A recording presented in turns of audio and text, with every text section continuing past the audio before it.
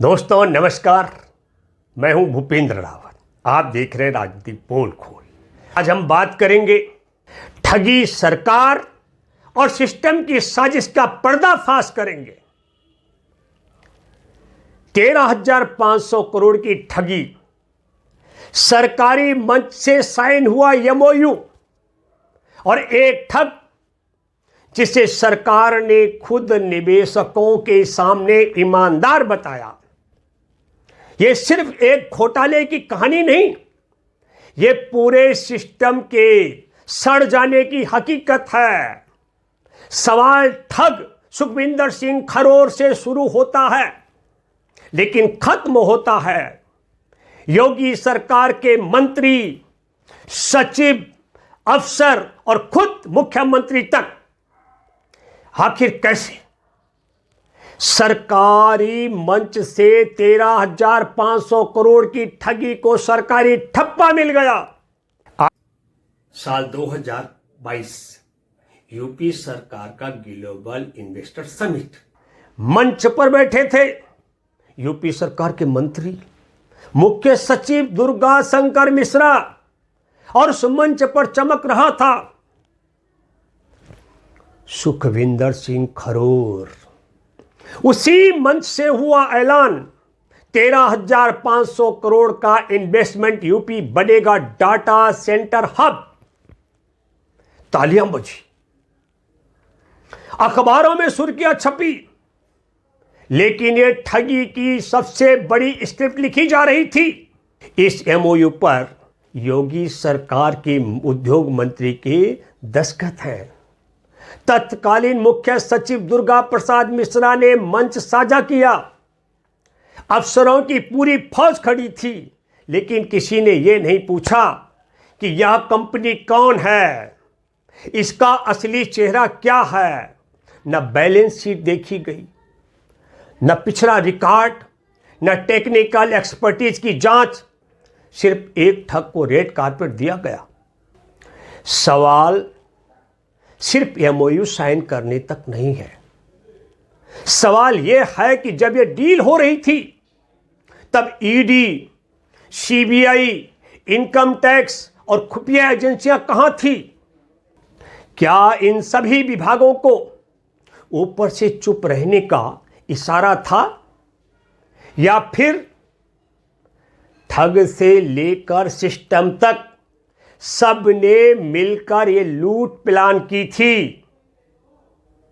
13,500 करोड़ रुपए, 135 अरब रुपए का यही एमओयू बाद में ठगी का सबसे बड़ा हथियार बन गया। निवेशकों को दिखाया गया, सरकारी एमओयू बताया गया कि सरकार खुद इस कंपनी की गारंटी दे रही है। यानी योगी सरकार का साइन ही ठग का सबसे बड़ा हथियार बन गया। अब सबसे बड़ा सवाल, क्या किसी ने अपनी जिम्मेदारी निभाई? उद्योग विभाग ने बैकग्राउंड चेक किया? क्या वित्त विभाग ने कंपनी का खाते का निरीक्षण किया? खुफिया एजेंसियों ने डायरेक्टर की पूरी कुंडली निकाली? इनकम टैक्स ने कंपनी का टैक्स रिकॉर्ड देखा? जवाब है नहीं, सबने आंखें मूंद ली थी। इस लूट में नाम आता है उद्योग मंत्री का, मुख्य सचिव का, प्रोत्साहन विभाग के अफसरों का, इनकम टैक्स अधिकारियों का, ईडी और सीबीआई के अफसरों का। ये सब अपनी अपनी कुर्सियों पर बैठे रहे और ठग को सरकारी मुहर मिलती गई। अब इस ठगी की जांच के लिए सबसे पहले इन सभी जिम्मेदारों को उनके पद से हटाया जाए, क्योंकि जब तक ये कुर्सियों पर बैठे हैं तब तक सबूतों से छेड़छाड़ का खतरा है। और अब सबसे बड़ा सवाल, क्या मुख्यमंत्री योगी आदित्यनाथ खुद इस ठगी से अनजान थे? क्या इतनी बड़ी डील बिना मुख्यमंत्री की जानकारी के हो सकती थी? अगर नहीं तो मुख्यमंत्री भी सीधे जांच के दायरे में आते हैं और जब तक जांच पूरी न हो मुख्यमंत्री को भी पद से हटाया जाना चाहिए ताकि निष्पक्ष जांच हो सके। यह सिर्फ सुखविंदर सिंह खरोर का घोटाला नहीं है, यह योगी सरकार का सिस्टमैटिक फ्रॉड है।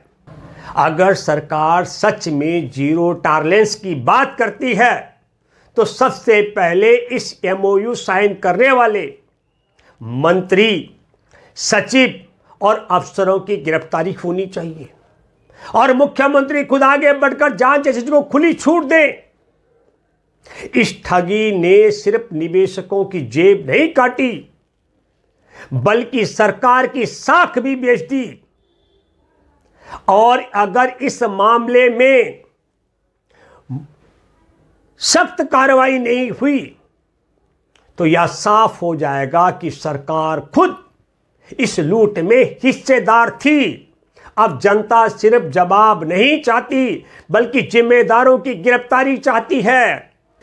13,500 करोड़ रुपए, 135 अरब रुपए का सच सामने लाना है तो इस रिपोर्ट को ज्यादा से ज्यादा शेयर करें। सवाल पूछने होंगे और जवाब लेना होगा।